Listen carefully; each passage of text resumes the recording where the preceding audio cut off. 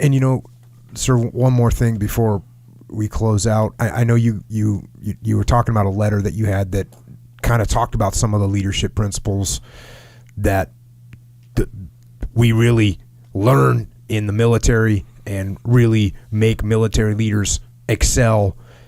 And it's a letter that you got from one of the Marines that worked for your son. Can you share a couple? It's sort of interesting that here I am coming out to talk to you, and we've had the book published for a couple of years now. But I just got this letter through Coach Sharrett. You talked about Coach Sharrett, and this Marine that was with my son, served with my son, hooked up with Coach Sharrett at one of the wrestling events and said, "Hey, Colonel Manion, give him this letter." And here he is checking in after 10 years. And he says, things he'd like to share with me, a couple things that are not well known by people other than those and myself that served with Travis in Fallujah. Those memories are things I'm able to hold on to, but have been wanting to share with his family as well. I apologize for such a long silence. It seems to be the best opportunity for me to share them with you by passing along this letter. And he actually passed along the bracelet. He had Travis's name on a bracelet he'd worn for the past 10 years, especially, as he says, with 10-year anniversary coming up. And he talked about, the backstory. He's from Columbus, Ohio. He joined Lima Company. He then met Travis and the rest of the Marines in January 2007 as they rotated in to work with the Iraqi Army counterparts. At the time, I'd hit my 2-year mark in the Corps, but had not yet have an opportunity to work with a true leader. With so few Marines assigned to the MIT team, Travis was my team leader. Travis was a true leader and someone that was easy for me to look up to and respect. He had the perfect balance of caring for his Marines without babying them, discipline without being too harsh, being laid back when we're not involved in missions, while still leading from the front once it got time to get the work done. And we talked about that. As I progressed through my military career, Travis was the leader that I strived to be. Your son set the example of how a leader should be. I read the book and enjoyed learning more about him as a man, not just a Marine. I also enjoyed getting to know Brendan and their incredibly rare friendship. It made it easy for me to connect how he was as a person back home and how he was raised. So he said I wanted to share 2 stories. So I hit the highlights of this, but first story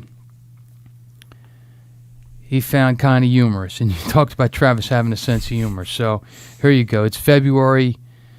They were out. The patrol turned out to be uneventful for the most part until they started to return to the outpost. As they were returning, an IED was initiated and an ambush started. Thankfully, the IED did not detonate the artillery shell it was attached to, but only the blasting cap and nose of the shell blew. This injured a soldier, and another Iraqi soldier was shot while rushing to the aid. Both were non-life-threatening. Once the ambush started, I began radioing back to request QFR. Although Travis was not on the patrol, he managed to find a way to get on the QRF team. As the short ambush subsided, the QRF showed up. Travis's presence calmed any nerves that I had. The injured Iraqi had already taken back to receive treatment. What I remember most about this situation was that Travis that brings a smile to my face. I was standing on the north side of the road, and Travis was on the south.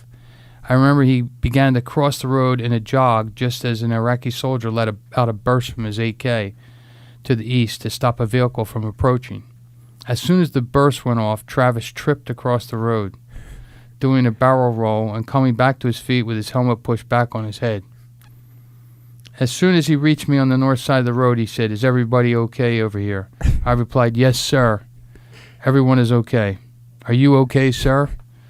To which he responded, Yeah, but somebody should get that pothole fixed. In a near-death experience for me, this brought a laughter, as my leader had just been startled by an Iraqi army warning shot, causing him to fall and barrel roll in the middle of Iraqi street. So having that sense of humor, right, being able to laugh at yourself. And then the other story he shared is about this guy's birthday. My second story of Travis is more sentimental. My birthday is April 3rd, and I'm turning 21. That night, we were slated for overnight observation searching for possible IEDs. But I've been pulled from the mission to remain behind. I thought nothing of it and went to bed on the 2nd, ready to be on the QRF in case anything were to happen. At midnight, I was woken up and told I needed to go to the COC because they were requesting me over the radio. I shook the cobwebs from my head and walked to the COC. After calling to the patrol on the radio, I was greeted with Travis's voice in a whisper, simply to wish me a happy birthday. Throughout the madness of patrolling, staying awake all night, and searching for IEDs, he had kept me in mind, and as soon as the day transitioned from the 2nd to the 3rd, he called over the radio to wish me a happy birthday. A week later, I left Iraq, the MIT team, and Travis. I will never forget that. I will never forget him. Yeah, so, I just received this the other day, and I still hear from guys that he served with, and just little things that, caring about your people, having a good sense of humor, leadership traits that we can all use. No doubt about it. Crazy how these themes, they're coming. You hear them everywhere as far as good leaders. Like all the good leaders, they have these themes, that dichotomy. Like you got to be strict, but you can't be like a slave driver. It's that balancing act. And I guess that's why there's just a few leaders, because it's so hard to do. It's like some people think, I'm just going to go, I'm an extreme guy, I'm going to go extreme, but it's not like that. Yep. Even a guy with an extreme personality like Travis, who can push himself that hard to be a national level wrestler, understands leadership to the point where he knows what it means to call back to base while you're out on patrol and wish a happy birthday to one of your men. Yeah. Yeah, it's just awesome. It's a good way to put it too, Echo. It's a balancing act, for everyone to sort of figure it out. It's not one situation for everyone. Yep.